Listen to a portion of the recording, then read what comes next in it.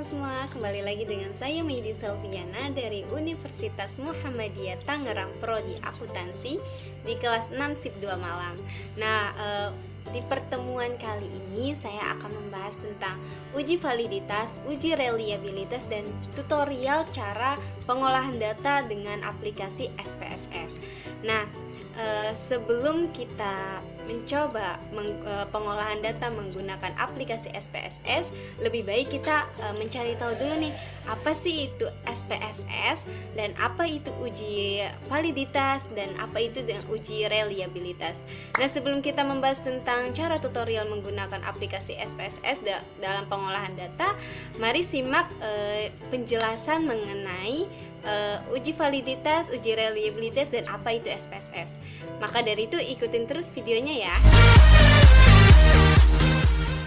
Oke teman-teman, sebelum kita mencoba cara pengolahan data menggunakan aplikasi SPSS, nah lebih baik kita mencari tahu dulu nih, apa sih itu SPSS? Nah, SPSS itu adalah kependekan dari Statistical Product and Service Solution, yang merupakan sebuah aplikasi yang dapat digunakan untuk analisis data statistik.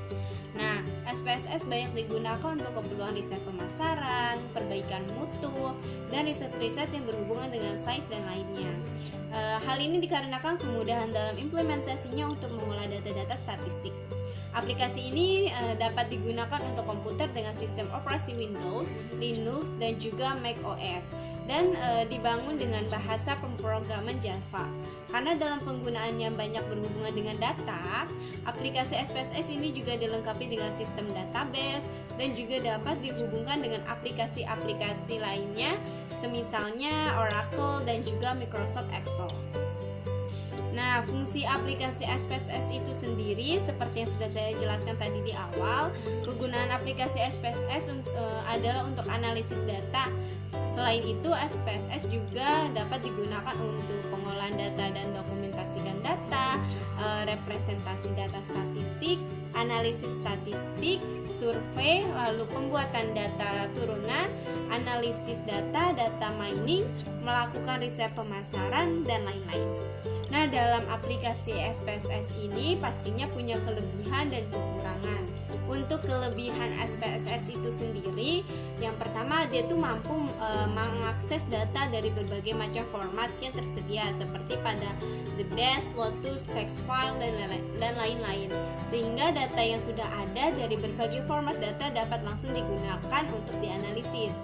Lalu SPSS memberikan tampilan data yang lebih informatif, terus memberikan informasi lebih akurat dengan memberikan kode alasan jika terjadinya missing data. Lalu mudah digunakan, pengguna tidak perlu nih belajar bahasa pemrograman. Nah, selain dia mempunyai kelebihan, pasti setiap aplikasi mempunyai kekurangan juga ya. Untuk kekurangan SPSS itu sendiri, dia meskipun tergolong program yang mudah digunakan, namun untuk dapat menjalankan program ini, pengguna minimal harus mengetahui dasar ilmu statistik terlebih dahulu. Berkembangnya versi terbaru dengan cepat dan tampilan secara fisik yang terkadang berbeda dengan versi yang lama, membutuhkan adaptasi dengan penggunaan untuk dapat menjalankan program ini. Dan jangan lupa pilih seri SPSS yang sesuai dengan spesifikasi komputer yang teman-teman gunakan ya. Lalu untuk SPSS kurang relevan jika dihadapkan pada sebuah data time series. Aplikasi ini merupakan aplikasi berbayar jika kita harus mengeluarkan uang untuk membeli lisensi aplikasi ini. Nah, setelah kita mengetahui nih apa itu aplikasi SPSS, tadi kan di awal saya sudah menjelaskan saya akan mencoba tentang uji validitas dan uji reliabilitas. Nah, di sini saya akan menjelaskan terlebih dahulu apa itu uji validitas dan apa itu uji reliabilitas. Nah, untuk uji validitas dan uji reliabilitas itu sendiri sangat penting pada saat melakukan sebuah pengujian atau pengukuran yang digunakan sebagai bagian dari proses pengumpulan data. Dalam penelitian ilmiah ya, data dapat diperoleh dari berbagai macam metode. Di antaranya adalah kuesioner. Penggunaan kuesioner ini sebagai alat pengumpul data tentunya telah disertai dengan berbagai macam pertimbangan dan sebagai alat ukur dalam penelitian. Kuesioner harus memenuhi kriteria tertentu sehingga dapat memberikan informasi yang terpercaya, yaitu harus memiliki validitas dan reliabilitas yang baik. Nah, sifat valid dan reliable diperlihatkan oleh tingginya validitas dan reliabilitas hasil ukur suatu pengukuran. Suatu instrumen ukur yang tidak valid dan reliable akan memberikan informasi yang tidak akurat mengenai keadaan subjek atau responden atau individu yang dikenai pengukuran atau tes tersebut. Sehingga apabila informasi yang salah digunakan sebagai dasar pengambilan suatu kesimpulan dan keputusan, maka tentu saja kesimpulan dan keputusan tersebut akan menjadi tidak tepat ya. Nah, untuk uji validitas itu sendiri digunakan untuk menguji sejauh mana ketepatan atau kebenaran suatu instrumen sebagai alat ukur variabel penelitian. Jika alat ukur valid atau benar, maka hasil pengukurannya pasti akan benar. Atau dengan kata lain, validitas berbicara tentang bagaimana suatu alat ukur yang digunakan memang telah mengukur apa yang ingin diukur. Nah, secara umum, engineer merancang sendiri instrumen pengukuran berupa pertanyaan yang berhubungan dengan persepsi responden. Item-item pertanyaan tersebut disusun berdasarkan kriteria-kriteria yang diambil dari teori sehingga dapat menghasilkan instrumen yang benar dan rasional. Nah, untuk uji reliabilitas itu sendiri adalah suatu pengujian yang berorientasi pada derajat stabilitas, konsistensi, daya prediksi, dan akurasi. Uji ini dilakukan untuk melihat kesesuaian nilai dari sebuah kuesioner yang dikerjakan oleh seorang responden pada kesempatan atau waktu yang berbeda. Dan dengan kuesioner yang sama, reliabilitas suatu pengukuran juga menunjukkan sejauh mana pengukuran tersebut dilakukan secara baik atau bebas dari error, sehingga memberikan jaminan bahwa data hasil pengukuran tersebut konsisten meskipun dalam waktu yang berbeda. Atau dengan kata lain, keandalan suatu pengukuran merupakan indikasi mengenai stabilitas dan konsistensi. Nah, setelah kita mengetahui penjelasan tentang SPSS, penjelasan tentang uji validitas, lalu uji reliabilitas, selanjutnya kita akan mencoba cara pengolahan data menggunakan aplikasi SPSS. Maka dari itu, simak ya videonya. Oke teman-teman, selanjutnya kita akan mencoba mengolah data menggunakan aplikasi SPSS. Yang kita akan gunakan adalah IBM SPSS Statistik yang berlogo seperti ini.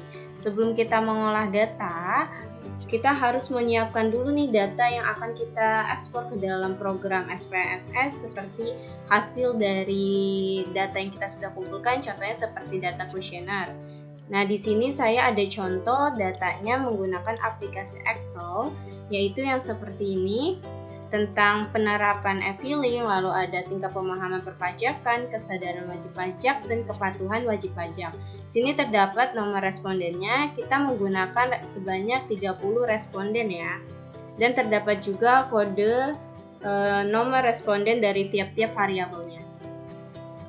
Setelah kita mempunyai datanya, kita akan mencoba mengolah data dengan aplikasi SPSS, yaitu yang pertama kita masuk ke aplikasi IBM SPSS Statistiknya terlebih dahulu.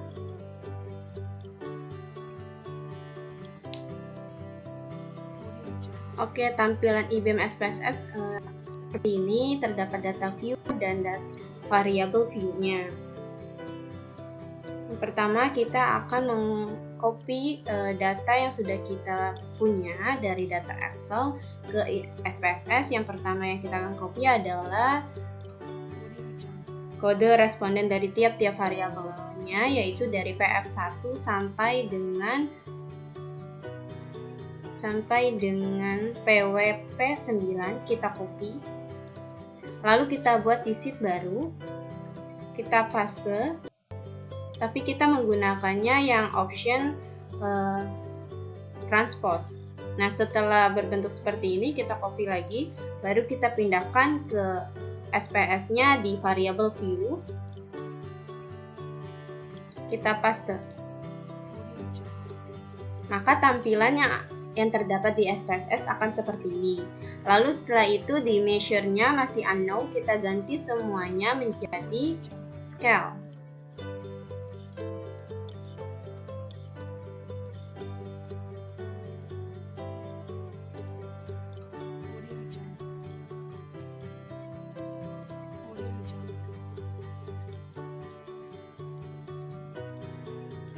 Nah, setelah semuanya berubah menjadi scale, selanjutnya itu kita akan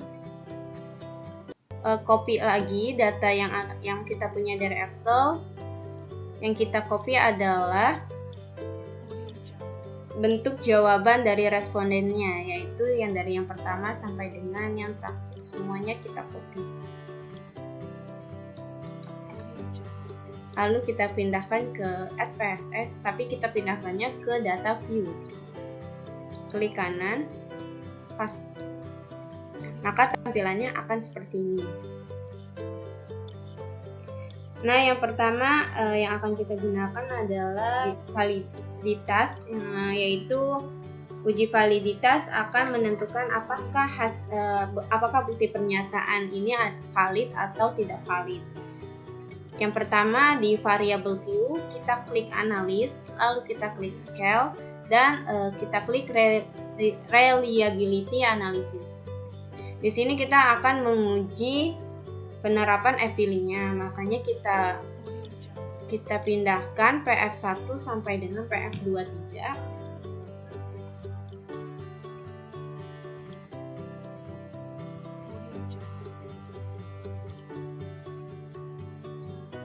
Kita pindahkan ke kanan. Setelah semua PF1 sampai PF23 sudah pindah ke kanan, kita klik statistik. Lalu kita klik scale if item delete, lalu kita continue. Setelah itu kita oke. Nah, maka bentuk tampilannya untuk data validitasnya, uji validitasnya seperti ini. Hasil uji validitas penerapan FPILI. Nah, butir pernyataan dianggap valid apabila nilai dari corporate item atau total correction-nya itu R hitungnya lebih besar daripada R table. Hitungan DF-nya itu sama dengan N dikurang 2 atau jumlah respondennya itu dikurang 2. Jadi kita tadi respondennya 30, berarti 30 dikurang 2 yaitu sebesar 28.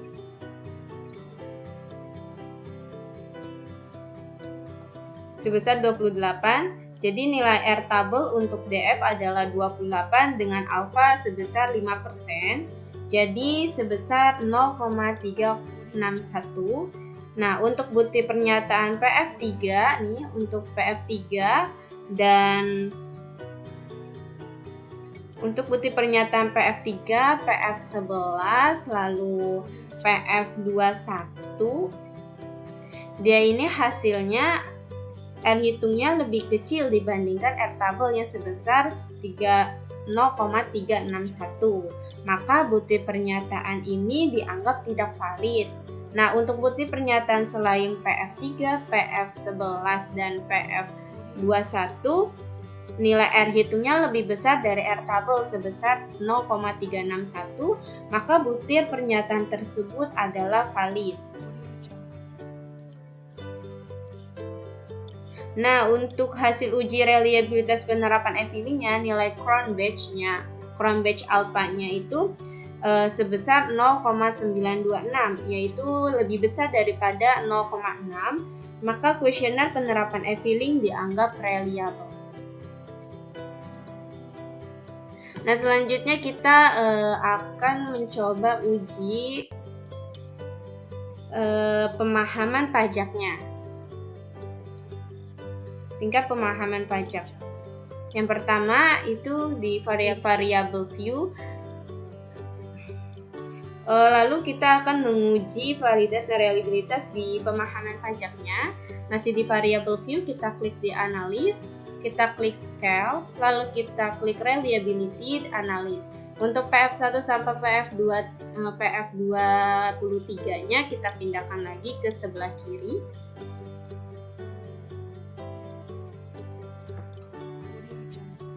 Lalu untuk TPP atau pemahaman pajaknya dari TPP 1 sampai dengan TPP 10 kita pindahkan ke sebelah kanan. Nah, setelah semuanya sudah pindah ke sebelah kanan, lalu kita klik statistik lagi, kita centang scale if item delete dan continue, lalu kita klik OK. Nah, maka data yang akan muncul akan seperti ini. Nah, dari hasil uji validitas tingkat pemahaman perpajakannya, butir pernyataan dianggap valid apabila nilai correction item atau total correction R hitung itu lebih besar dari R tabel. Hitungan DF-nya sama, N dikurang 2 atau banyaknya responden dikurang 2 sebesar 28, jadi nilai R tabelnya untuk DF adalah 28, dengan alfanya 5% masih sama sebesar 0,361. Jadi untuk bukti pernyataan TPP 3 lalu TPP 3 nilai R hitungnya itu minus 0,200, itu lebih kecil daripada R tabelnya yang sebesar 0,361, maka bukti pernyataan tersebut tidak valid. Untuk bukti pernyataan selain TPP 3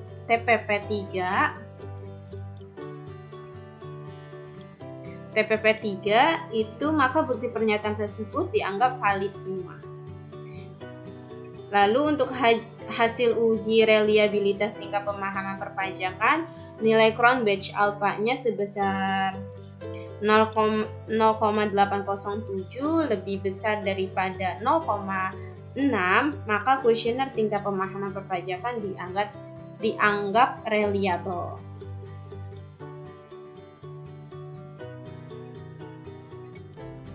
Oke teman-teman, tadi kita sudah menjelaskan mengenai apa itu SPSS, uji validitas, uji reliabilitas, dan cara pengolahan data menggunakan aplikasi SPSS.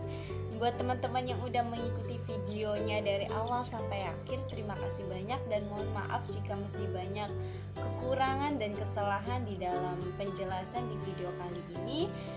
Sampai jumpa di video selanjutnya. Saya akhiri, wassalamualaikum warahmatullahi wabarakatuh.